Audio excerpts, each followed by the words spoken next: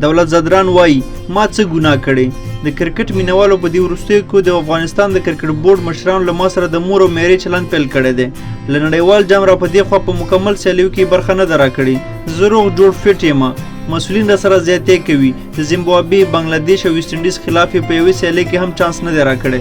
سلیکشن کمیټې ما سره زیاتې پیل کړی. یو شمېر کړیو او مافیایي ډلو په خوښه زه په ټیم کې نه لوبېږم. زه د چټکو توپ اچوونکو په قطار کې تر ټولو لومړی یم چې 100 وکټې مې ترلاسه کړي دي.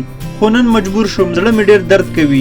کرکټ مو ورځ تر بلې خرابېږي. مشران مو په کرکټ نه پوهېږي. هغه څه کوي چې بل لور نه ورته ویل کېږي. زه نن د خپل ځان او ځوانانو حق غواړم. زه د بورډ د سلیکشن کمیټې له لورې ورځ تر بلې په تمه کېږم. زموږ د سلیکشن کمیټې مشر د بل هېواد دی. هغه چې کرکټ بورډ ته هم راځي په زاریو راځي. نو څنګه به ښه انتخاب وکړي؟ درنو مینوالو، زه مجبور یم. پخوا لکه ورونه ټول لوبغاړي وو، خو نن حالت بل ډول دی. زما مجبوریت درک کړئ.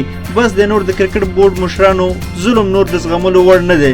زه څو ورځې وروسته په دې مسله باندې له رسنیو سره په کابل کې خبرې کوم او پر خپله رسمي فیسبوک پاڼه هم لایف راځم. تاسې له ما سره تل پاتې شئ. مننه. زه خپل رښتینی حق غواړم او له خپل حق دفاع کوم. دولت زدران ستاسې رور. نو دولت زدران دغه لیکنه په خپل فیسبوک پاڼه باندې کړې وه چې تاسو سره مو شریکه کړه. د نورو خبرونو لپاره زموږ دغه چینل سره هرومرو سبسکرایب کړئ. من رضا الله مو مل شه.